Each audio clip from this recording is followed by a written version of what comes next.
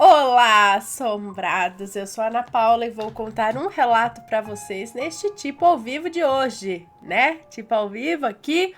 Desculpe o meu narizinho, tenho até uma fraldinha aqui para de vez em quando dar uma limpadinha no meu nariz. Estou sem os óculos também, percebi agora, mas agora eles estão lá pro outro lado e vou ficar sem mesmo.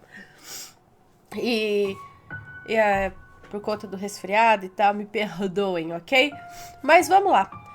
Para quem não conhece, nós somos o canal Assombrado, temos vídeos todos os dias no canal, todas as noites tem relato ao vivo entre 10 e 11 horas da noite, todos os dias às 11 da manhã tem relato também, tem tipo ao vivo de segunda a sexta, coletânea de relatos no sábado, coletânea temática de relatos no domingo, 12:30 e meia todos os dias tem vídeo do Matheus com o Almanac Assombrado de segunda a sexta e notícias de sábado e domingo.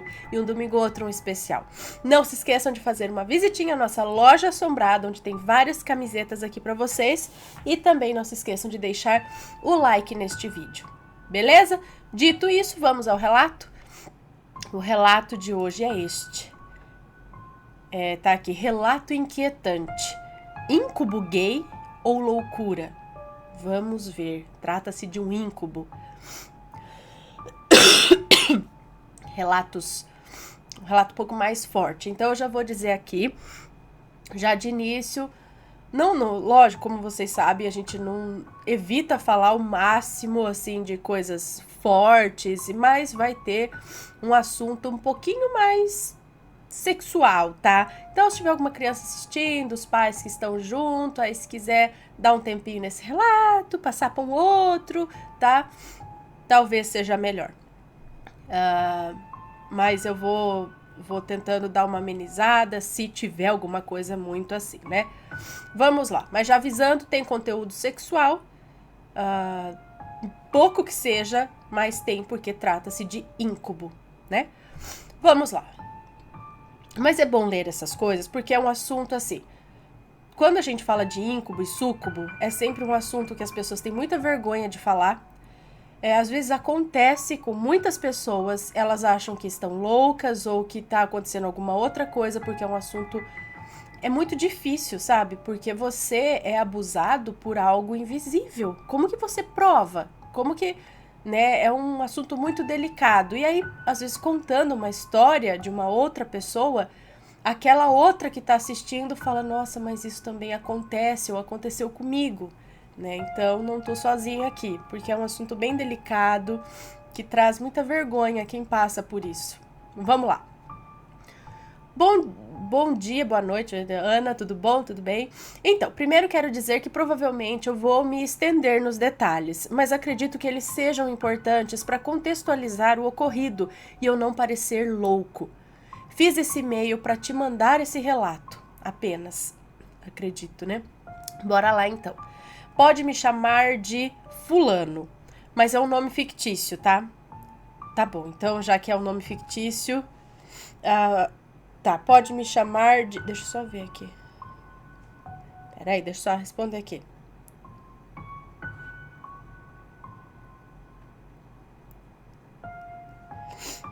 Pronto, respondi. Tá, pode me chamar de Caio. É um nome fictício, ok? Para não me expor demais. Claro, a gente sempre pede um nome fictício, se fala o nome a gente também não fala, enfim. Tenho 32 anos e moro no Distrito Federal. Só contei meu relato para um amigo que não acreditou muito em mim. Então, desde então, decidi manter essa vivência só para mim, para não ser interpretado de um jeito errado, por ser algo muito, muito íntimo e por ser uma situação muito confusa. Mas como percebo em você um cuidado e um respeito muito grande na hora de contar os relatos, senti aí um espaço aberto para eu poder finalmente dividir essa situação com outras pessoas. Eu acredito ter uma espécie de sensibilidade e já vivenciei muitas coisas estranhas, mas essa é a que mais me perturba e a que mantive quase em total sigilo até hoje, com exceção desse meu amigo que já mencionei. Deixa eu desenrolar. Meu relato é de uma situação que aconteceu em 2007, quando eu morava no Rio. Morei lá entre 2006 até 2011, pois eu fazia faculdade lá. Sou gay e naquela época eu não era tão bem resolvido como sou hoje. Eu me aceitava muito bem, Contudo, eu tinha muito mais medo da reação alheia do que eu tenho agora.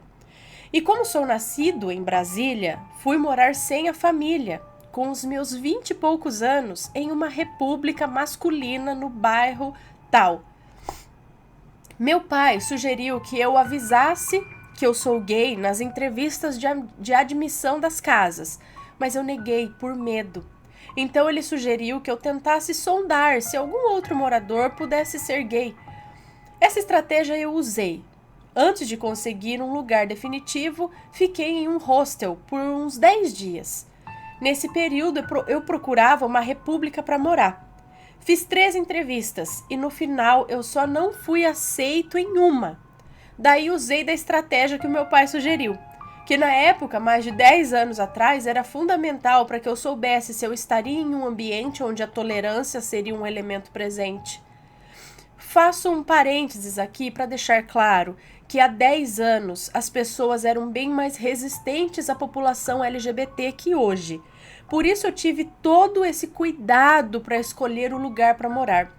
Afinal, é o ambiente em que mais precisamos nos sentir seguros e confortáveis. Pena que não foi isso que eu senti depois de um tempo, pelo ocorrido.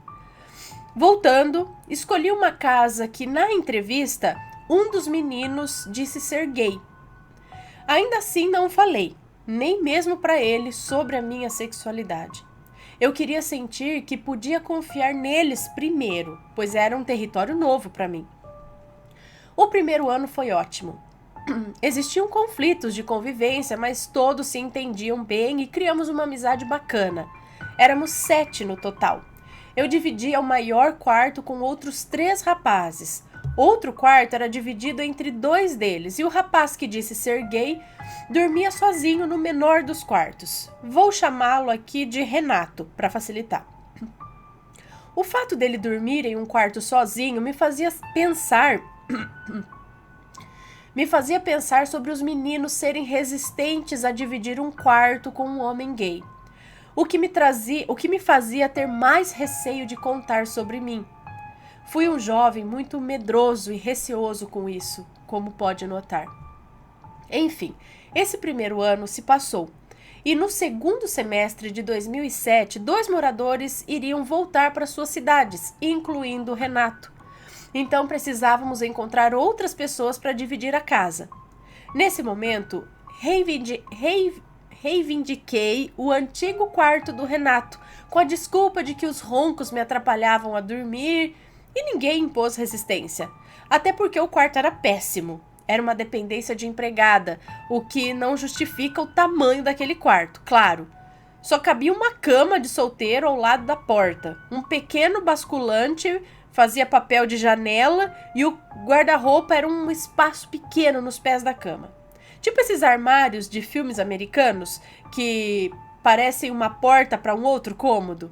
Não tinha espaço para mais nada, mas eu sentia que eu precisava ficar naquele quarto para caso eles descobrissem que eu era gay, não ter nenhuma reação estranha. Aí eu era muito medroso com a reação das pessoas, como se eu precisasse evitar qualquer mal-entendido. Não éramos muito criteriosos nas entrevistas, para ser franco. Então, não fizemos muitas. E logo 2 novos moradores ocuparam as antigas vagas. E é aí que começa a confusão. Em Brasília, eu era assumido para o meu pai e para minha mãe e os 2 me aceitavam. Mas a ausência física deles me fez ter receio no Rio de Janeiro. O que era estranho, pois o Rio já era mais aberto aos gays naquela época do que Brasília é hoje. Ainda assim, eu não me sentia seguro para anunciar que eu era gay na casa e nem nas entrevistas que fizemos aos outros candidatos. Pois bem, os meninos novos eram ótimos também. Eram ótimos a princípio, mas só um deles que tem impacto na situação e eu vou chamá-lo aqui de Sávio. O Sávio era o típico estereótipo de fluminense, malhado e carismático. Era um pouco mais velho que eu, ele tinha 26 anos e estava no Rio para fazer mestrado. Definitivamente era um garoto bonito para o senso comum. Era cabeludo, Tinha uma barba rala querendo crescer e praticava parkour impressionantemente bem. Às vezes, assistindo todos aqueles movimentos arriscados dele, me dava um frio na barriga por medo dele se acidentar. Era um homem notavelmente interessante e ele bem sabia disso. Ele era de uma cidade no interior do Rio. Certa noite, uma noite de sábado, todo mundo saiu e eu fiquei sozinho em casa terminando um trabalho que tinha que entregar por e-mail ainda naquela noite. O Sávio, então, chegou em casa, me cumprimentou e foi direto para o quarto, e eu fiquei terminando o trabalho. Quando terminei, decidi ir em um bar que tinha lá perto e comprar umas cervejas para beber enquanto via um filme, e ele topou me acompanhar. Desistimos do filme e ficamos apenas bebendo na sala. Ainda no começo da noite, ele me perguntou na lata se eu era gay. No reflexo, eu disse que não, mas imediatamente eu corrigi e me assumi. A partir de então, o Sávio passou a agir de maneira meio erótica perto de mim. Quando estávamos sozinhos em casa, ele sempre tocava no assunto de sexo.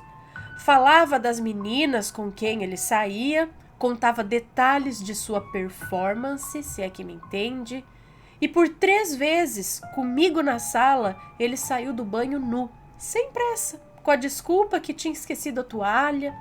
Outro exemplo é que certa vez ele foi ao meu quarto de cueca apenas, depois que eu tinha ido deitar, para pedir meu isqueiro emprestado, mas sentou na minha cama e ficou falando de sexo. E eventualmente ele passava a mão no abdômen, no peito, como que seduzindo, sabe? Eu não sei se era intencional ou não, mas aquilo me incomodava muito por 2 motivos. O primeiro, que hoje já não me incomoda mais, é que eu sentia que o fato de eu ser gay fazia ele pensar que sexo é assunto de rotina e que eu estou ali disposto a ouvir todos os detalhes da intimidade dos outros. E o segundo motivo era que eu sentia uma vaidade tão grande no Sávio que toda aquela sedução disfarçada me parecia massagem de ego, sabe? Como se ele quisesse ser desejado e admirado, entende? Pois bem, alguns dos meninos tinham família no interior do Rio. Então, quase todos os finais de semana, a casa ficava com 3 ou 4 pessoas das 7 que moravam lá. Contudo, em um final de semana em específico, ficamos só eu e ele. Enquanto voltávamos a pé de uma festa, bem altos já, perguntei para ele por que ele tentava me provocar. E ele ficou meio irritado com a pergunta. Disse que não tentava e meio que brigou comigo, dizendo que pensava que éramos amigos e que ele tinha liberdade para conversar comigo sobre tudo. Eu tentei remediar a situação, mas ele realmente se sentiu muito ofendido. Chegamos em casa, já de madrugada, e cada um foi direto para o seu quarto. Me joguei na cama e dormi. Nessa noite, eu sonhei que ele entrava no meu quarto e a gente fazia amor. O sonho foi absurdamente real. Era como se realmente estivesse acontecendo. E eu não achei ruim, né? Porém, acordei esgotado, muito cansado mesmo. No dia seguinte, eu só o vi na hora do almoço. E logo ele saiu outra vez. Eu fiquei cheio de culpa pela pergunta que fiz a ele, pois ele não estava interagindo comigo com naturalidade. Daí à noite, quando nos encontramos em casa, ele pediu desculpas pela reação e disse que nunca teve intenção de me incomodar, mas reconhecia que gostava de provocar olhares nos outros, homens ou mulheres, mesmo ele sendo hétero. Então nos entendemos e à noite fomos ao bar perto de casa e por lá bebemos. Quando dormi, mais uma vez sonhei com ele fazendo amor comigo. O sonho seguiu parecendo muito real, mas eu sabia, entre aspas, que não era real. Contudo, dessa vez eu acordei sentindo algumas dores na região anal. Aquilo mexeu muito com a minha cabeça. Fiquei pensando que ele pudesse ter colocado alguma coisa na minha bebida, tanto aquela noite como na noite anterior da festa, e que ele tivesse talvez abusado de mim. Aquele dia era domingo e os outros meninos logo chegariam em casa, mas eu não queria ficar muito tempo sozinho com o Sávio, então eu saí. Aquilo perturbou muito a minha cabeça. Eu não sabia se eu o confrontava, se era só sonho, se eu falava isso para alguém. Mas ao mesmo tempo eu sentia aquela dor, o que me fazia ter certeza que alguma coisa tinha acontecido de verdade. Perambulei boa parte do dia na rua. Daí, discretamente, sondei se tinha mais alguém em casa e no final da tarde eu voltei. Naquela noite eu não quis conversa com ninguém e na hora de dormir, como meu quarto era pequeno e não tinha chave na porta, eu empurrei a cama contra a porta e depois de muito custo e inquietação, eu adormeci. Porém, para meu desespero, eu sonhei outra vez com ele.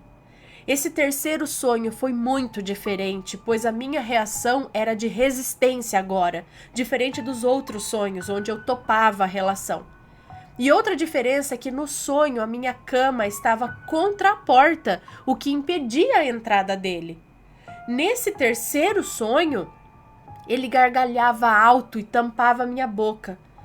Eu reagia, mas parecia que o esforço era muito maior do que os movimentos que eu conseguia fazer. Era como se eu tivesse a sensação de me debater, mas o meu corpo só conseguia tremer. Mas no ímpeto, como se eu acordasse de um daqueles sonhos que acordamos na hora que vamos cair no chão, levantei em um pulo e ele sumiu do quarto, meio escuro. Mesmo não tendo religião, eu fiz todas as orações que eu conhecia e mentalizava para que aquilo não me acontecesse mais. No dia seguinte, eu não fui para a faculdade. Eu me sentia sujo, vazio e muito, muito fraco. Era como uma gripe muito forte, somada a um grande constrangimento, vergonha, além da dor. Existia parte de mim que sabia que aquilo tinha acontecido e outra parte que pensava que eu estava ficando doido por conta da minha insegurança com a minha sexualidade. Uma parte entendia que não podia ter sido sábio, mas outra sabia muito bem, por mais que o quarto não estivesse todo claro, que aquele era ele em cima de mim. Uma parte não entendia como aquelas gargalhadas não acordavam o restante da casa, e a outra imaginava que só eu tinha ouvido tudo aquilo. Eu só queria ficar sozinho, chorar e rezar. Eu não sentia vontade de comer, eu não sentia vontade de sair, de conversar. E a sensação de que a minha cabeça estava pregando uma peça comigo era enorme. Mas como no dia anterior, eu acordei com as mesmas dores, um pouco mais intensas. Esse dia foi o dia mais longo da minha vida, onde mais me senti impotente, com medo de estar louco, mas meio que sabendo não estar. E ainda por cima, sem saber a quem recorrer e o que fazer. Quando o Sávio chegou em casa, 2 dos nossos amigos já tinham chegado também, mas eu tive uma reação violenta assim que o vi, gritando para ele sair da casa e de perto de mim. E eu gritei mesmo, eu não imaginava que eu teria aquela reação. Sávio ficou petrificado na porta da sala. Um dos meninos me tirou de lá, me levou para o meu quarto, o que eu resisti no começo. E ele tentou entender o que é que tinha acontecido. E eu contei para ele, com muita dificuldade, do que contar primeiro, de como contextualizar tudo aquilo, mas sem me preocupar com o fato de, naquele momento, ter deixado claro que sou gay. Ou seja, eu estava completamente fora dos meus padrões normais, pois o que tinha acontecido era muito atordoante. Fernando, o nome fictício desse amigo com quem conversei, ele ficou sem reação de imediato, mas depois tentou conversar.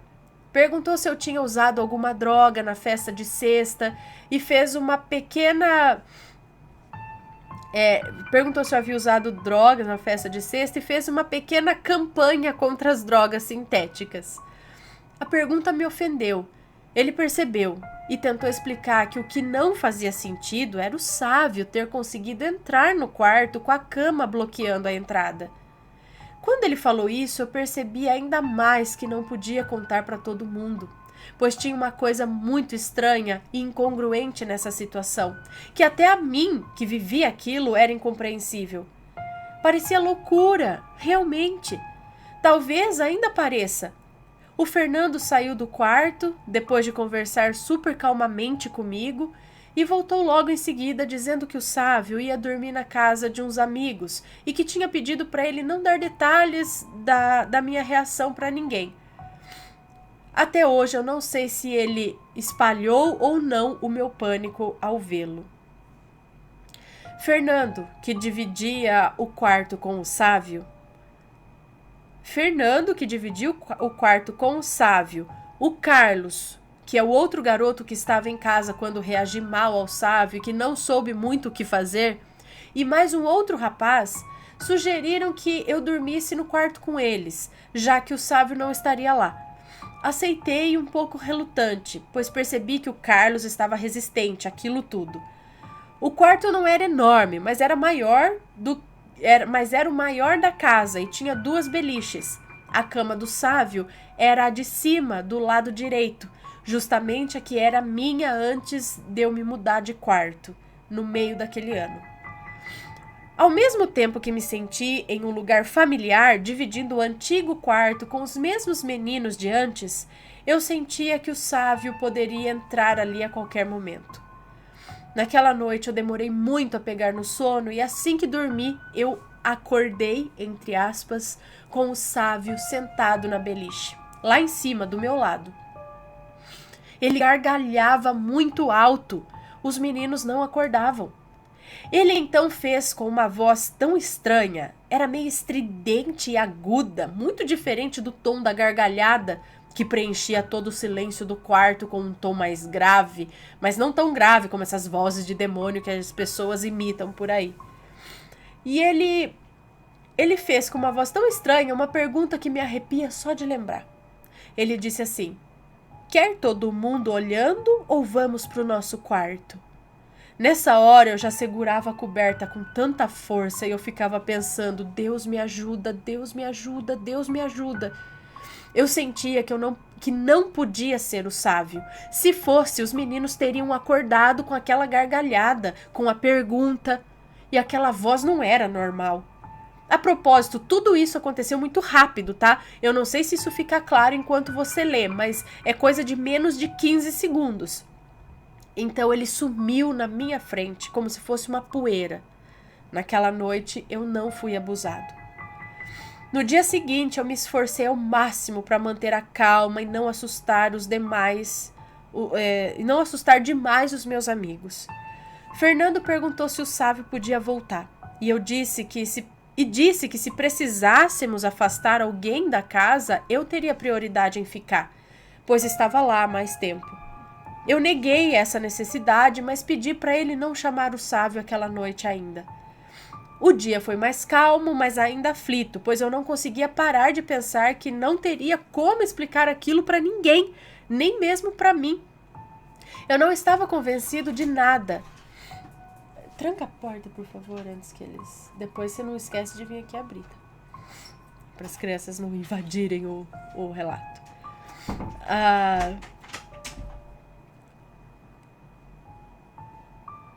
Eu não estava convencido de nada. E a sensação de abuso sexual e de loucura ao mesmo tempo me deixava completamente sem perspectiva, desequilibrado e amedrontado. Mais uma vez, cabulei as aulas. À noite, decidi dormir no meu quarto. Tapei a porta com a cama, deixei a luz ligada e dormi. O meu cansaço estava tão alto que essa noite eu não demorei a dormir, mas eu acordava o tempo todo. E em um desses despertar, eu vi o Sávio dentro do meu quarto. E eu travei. Ele olhava para mim, sorria, mas não se mexia. Ele estava bem perto da cama, mas parado no canto, me olhando de cima, uns 40 centímetros de distância. Apesar do tamanho do quarto, eu só conseguia olhar para ele, até que senti um movimento nos pés da minha cama. Ana, eu vi uma figura muito estranha. Era um homem, mas ele tinha a pele acinzentada e o corpo todo desproporcional. Ele era careca e estava nu. Os olhos eram normais, mas não tinha cílios nem sobrancelha. Em verdade, ele não tinha pelo algum. E então aquilo sumiu. O sábio continuou no canto do quarto me olhando e sorrindo. Foi então que senti um peso em cima de mim, como se aquele homem cinza só estivesse invisível e tivesse se apoiando em mim. Então minhas pernas foram forçadas a se levantar e meus joelhos quase encostaram no meu peito. Então senti ele abusando de mim com muita violência, mas eu não o via. Eu estava travado, eu estava em pânico, chorando e fraco. Eu não conseguia dizer uma palavra. Daí o sábio falou com aquela mesma voz estranha. Eu lembro vagamente das palavras, mas lembro do intuito da fala. Foi algo mais ou menos assim: pensa nesse corpo aqui, é isso que você quer? E apontou para si. Nesse momento, aquele peso em cima de mim ganhou forma e quem estava me abusando outra vez era o sábio. Não mais aquele corpo invisível. Acontece que aquele outro sábio que estava no canto do quarto continuava ali sorrindo de leve, mas também nu. Eu desesperei. Eu tive a certeza de que seria abusado pelos dois. Tentei me mexer enquanto lágrimas caíam do meu rosto, mas eu não tinha força nenhuma. A sensação é como se eu tivesse dormido em cima do meu braço e ao acordar não conseguisse levantá-lo. Essa sensação no corpo inteiro, sabe? Eu não conseguia me mexer, eu não conseguia gritar, protestar. Então fiquei mentalizando o Pai Nosso. Rezei pelo menos umas 4 vezes, de olhos fechados e bem apertados. E de repente aquilo parou e meu corpo se projetou para cima, como se finalmente tivesse ganhado forças para aquele movimento. Daí, instintivamente, abri os olhos e os 2 sábios sumiram. Depois disso, nunca mais tive essa experiência, mas confesso que não faço ideia do que a interrompeu. Tranquei o semestre seguinte, vim passar um tempo em Brasília e só voltei no semestre posterior. Ao voltar para o Rio, eu continuei na mesma casa, inclusive com o Sávio e o Fernando. Quando saí, não dei muita explicação para o meu pai, mas em Brasília eu consegui me acalmar bastante, principalmente porque passei a frequentar um centro espírita, mas nem mesmo lá eu expus o que eu vivenciei. E por sorte, nenhum médium falou sobre aquela semana comigo. Hoje eu não frequento mais nenhum centro. O Sávio não soube disso, ao menos por mim. Não soube de detalhes da situação. Acredito que o Fernando não tenha falado para ninguém, pois toda a ação dele foi muito madura para um menino da idade dele. Talvez eu não agiria como ele hoje, aos 32 anos, e ele tinha uns 23 na época. Até hoje, quando penso nisso, acredito que possa ser coisa da minha cabeça.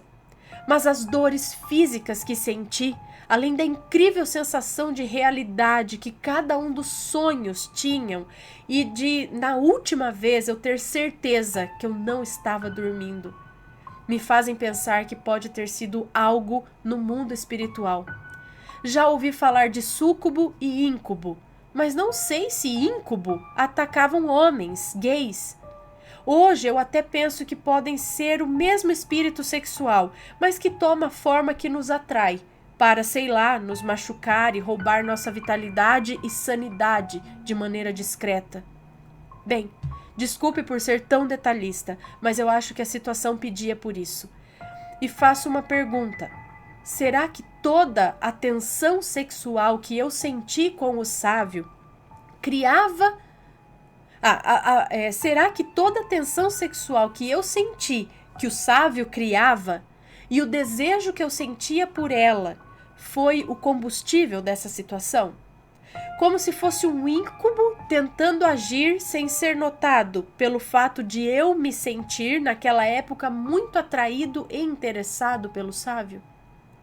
Sinto certo alívio por ter finalmente contado a história dos pés à cabeça para alguém. Se ler, mesmo que não fizer um vídeo dessa história, me responda, tá? Só para eu ter algum feedback dessa situação toda. Um abraço, obrigado, um abraço. Um beijo para você, muito obrigada por compartilhar essa história que não é fácil com a gente. Então, parece que alguma coisa se aproveita disso, mas por que não com todas as pessoas? Será que por conta de sua sensibilidade, você disse que em algum momento eu acredito ter uma espécie de sensibilidade e já vivenciei muitas coisas estranhas. Então, será que pelo fato de você ter uma sensibilidade para esse outro lado, alguma coisa se aproveitou disso? Alguma coisa teria vindo junto com o sábio? Seria alguma coisa que estaria com ele e usou disso, essa vaidade excessiva dele? Não sei. Se alguém tiver alguma resposta, alguma coisa, sempre com respeito, pessoal, tá bom? Peço sempre para vocês escreverem aqui nos comentários com muito respeito para as pessoas, tá? Se for algo a acrescentar, se não, não precisa nem comentar, tá bom? Mas isso acontece, viu, gente? Ele pode... É o que eu disse no início. Muitas pessoas, não sei se muitas, mas algumas pessoas passam por isso, sim. Esse abuso de algo invisível. Muitas vezes não estão dormindo, só que tem o corpo paralisado e sente tudo. E como que você vai contar para alguém? O que vão pensar de você? Você vai o quê? Na polícia? Quem é? Aí eles vão desconfiar de quem tá na sua casa, eles vão desconfiar que você talvez tenha camuflado aquilo na tua mente, que na verdade quem fez isso com você foi um colega de quarto, algum parente, alguém que tá ali na casa com você. E na verdade não. Isso aconteceu, mais uma vez eu trago e falo pra vocês do caso da Carla Moran. Se não me engano, o Matheus fez um especial a respeito desse caso, onde ela era abusada por algo invisível. Inclusive, isso chegou a acontecer na frente dos filhos. No início, acho que a polícia começou a investigar o filho mais velho dela, achando que isso era o filho, mas não era. Até que eles registraram, foi alguma coisa assim. E foi anos, se não me engano, por anos isso aconteceu com ela. E no fim, do mesmo jeito que começou, também acabou e não se sabe por quê. O que é isso? O que é? Alguns têm a infelicidade de experimentar isso, que é muito estranho, é muito desconfortável, é esquisito, mas acontece. Então, se alguém passa por isso, quiser contar a história, é sempre tudo anônimo, tá bom? Nunca vou falar o nome, evitar de falar lugares muito específicos também e tudo mais. Vocês também já, como ele fez, troque os nomes, troque tudo que você quiser trocar. Porque a gente não quer saber onde aconteceu, okay? A gente quer saber a história, tá? Só quero saber da história, não detalhes de quem é, com quem foi. Se quiser depois colocar os nomes embaixo só pra eu ler, tipo, separado, falar agora aqui estão os lugares. Se você quiser também, senão... Mas pode enviar a sua história pra gente, se quiser. Se não, tá aí pra você saber que você não está sozinho, que isso acontece. Agora, a explicação pra isso eu não tenho, eu não sei, talvez. Então, se alguém souber alguma coisa, deixa aqui nos comentários, certo? Tem alguns outros relatos aqui no canal que falam a respeito disso. A maioria, parece que, pelo menos dos casos relatados, são de mulheres que sofrem esse tipo de abuso. Talvez até pelo fato dos homens ou terem mais resistência em contar esse tipo de coisa. Entendeu? Não sei. Mas acontece. Agora o que é, eu não sei. Pode um espírito fazer isso de forma física com a gente? Isso é assustador. É assustador. Bom, este foi o relato. Espero que tenham gostado. Não se esqueça de deixar o seu like e a gente se vê logo mais num próximo relato. Beijos e fui!